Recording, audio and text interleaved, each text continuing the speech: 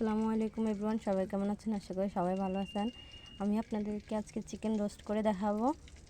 আমি এখানে চিকেন নিয়ে নিছি।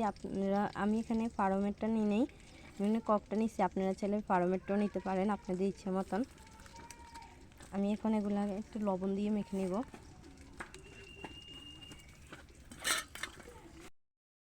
এখানে আমি সামান্য মরিচের গুঁড়ো দিব, আপনারা চাইলে নাও দিতে পারেন, এটা অপশনাল। এগুলো ভালো করে মেখে নিই।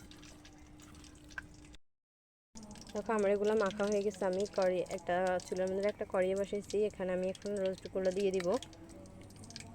ওগুলোকে আমি হালকা করে ভেজে নেব, বেশি লাল করব না।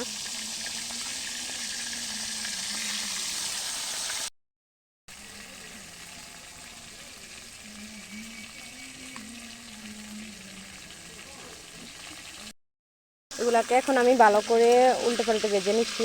এক পিঠ হয়ে গেছে, আমি এখন উল্টে দিচ্ছি। দেখো আমার এই পাটটা সুন্দর মতন হয়ে গেছে। আমার মুরগিটা ভাজা শেষ, আমি এখন এটাকে উঠিয়ে নেব।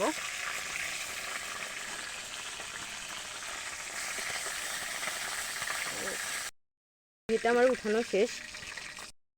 তেলের মধ্যে আমি পেঁয়াজ আর এখানে 2টা কাঁচামরিচ বেটে রাখছি, এগুলো এখানে দিয়ে দিব। পেঁয়াজটাকে একটু ভেজে নিচ্ছি। এখানে দিয়েছি রসুন বাটা, দিয়ে দিচ্ছি রসুন বাটা, জিরা বাটা,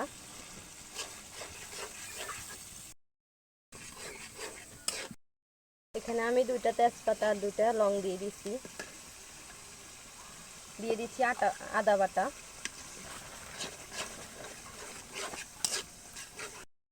দিলাম আগে থেকে ফাটিয়ে রাখা টক দই।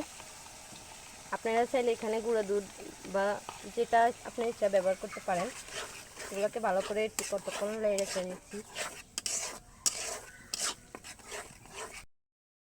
আমি এখানে 2টা এলাচি, 2টা দারচিনি, 2টা তেজপাতা দিয়ে দিচ্ছি।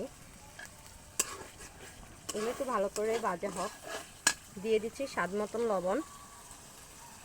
লবণ দিয়ে দিচ্ছি। আপনারা আপনাদের স্বাদ অনুযায়ী লবণটা দিতে পারেন। আর আমরা একটু ঝালটা পছন্দ করি, সেজন্য অল্প কিছু মরিচের গুঁড়ো দিয়ে দিচ্ছি। আপনারা দিতেও পারেন, চাইলে দিতে পারেন, না চাইলে নাও দিতে পারেন, এটা আপনাদের ইচ্ছা।